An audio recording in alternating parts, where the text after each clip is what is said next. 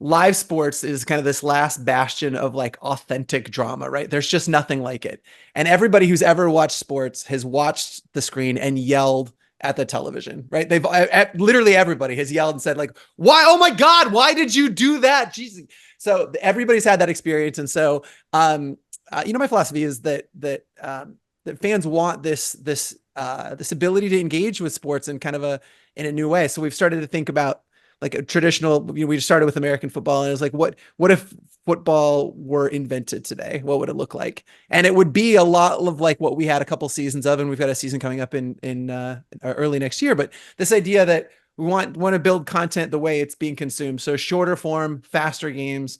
We want to decouple kind of geography from the sport and just say, look, like, sports are a global phenomenon. So somebody who watches the fan control football in Germany doesn't really care if a team's in Idaho or Nebraska or wherever, right? They want to identify with the swagger of the team. For example, this is a team, these are the Glacier Boys, and they're owned by Quavo. And so these guys are the high flying, shit talking, team in a league. And so you're able to identify with the team that most, that resonates with you a little bit. And then again, it's that fans can have a say on literally virtually everything that happens on the field of play. That so fans in football were able to kind of build all of the branding associated. They designed the uniforms, and they chose the names and all of those types of things. But then on game day, they're actually calling plays in real time and then leveling up. Dan talked a little bit about the loop and like having fans have something to do with it. So we believe that everybody gets a vote. Not every vote is created equal. So it's highly gamified. As a fan in fan control sports entertainment, when I engage in the ecosystem, I'm rewarded and I level up. So everybody gets a vote. Not every vote is created equal. As I level up, my vote carries a lot more weight.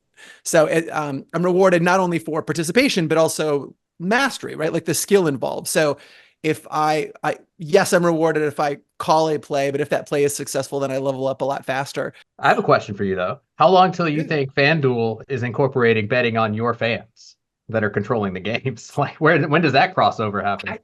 I mean, sooner than later. Like, what's interesting? We always said that when we started this and started raising capital, that if you played the tapes forward a little bit, that there would be a world in which teams were trading fans, right? That there was this like, do you know what I mean? That these like high powered up fans that have a lot of influence over their respective team. They're clearly one of the most capable in the league.